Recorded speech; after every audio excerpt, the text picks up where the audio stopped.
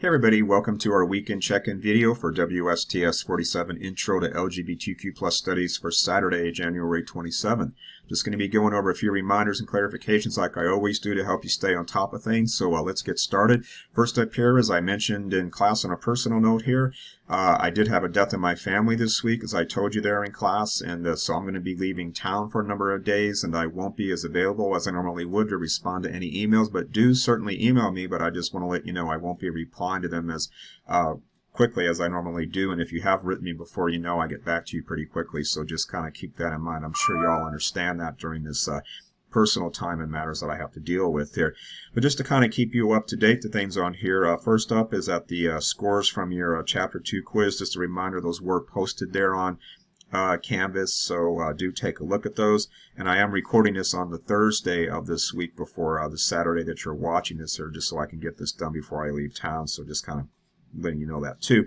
We do have our Chapter 3 quiz that we are going to be having next week. As I told you there in class, it will be next Thursday on February 1st. So as always, do your homework and prepare for that, so when you work in your small groups, you can easily find those answers there. You're all doing a great job on those quizzes, so keep up the good work. And next week, we are going to be picking up in Chapter 3.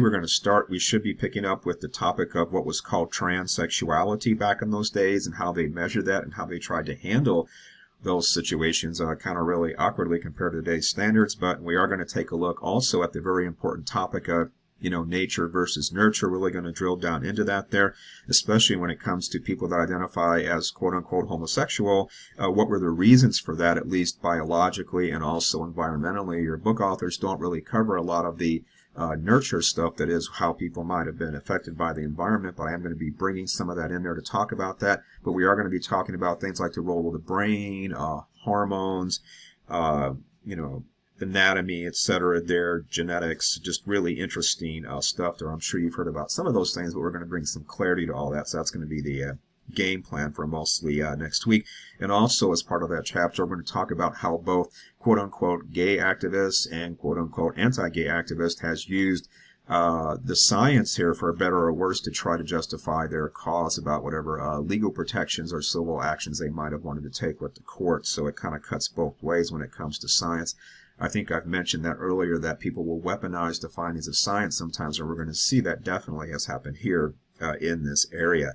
We're also going to be picking up in Chapter 4 there with World War II and paragraph 175. Again, some of the terrible things that have happened. That's going to be part of what we're going to do that week. Also with the real witch hunts that happened there, trying to root out any sort of people that might be identified as homosexual in the federal government. The McCarthy era, which was also an anti-communist area too. So really interesting stuff there. So some regular old American history, but also some things about that particular period of witch hunting that many people don't know about, because not just communists but queer folk were targeted very extensively too in those sorts of investigations, if you will. Anyway, that's everything I wanted to say for right now. And again, I will see you in class next week. The game plan is I will be there on Tuesday as normal. If anything changes, I will let you know, but that's when I'm planning to be back in town here. So otherwise, take care, and I will see you there in class. All right, bye-bye.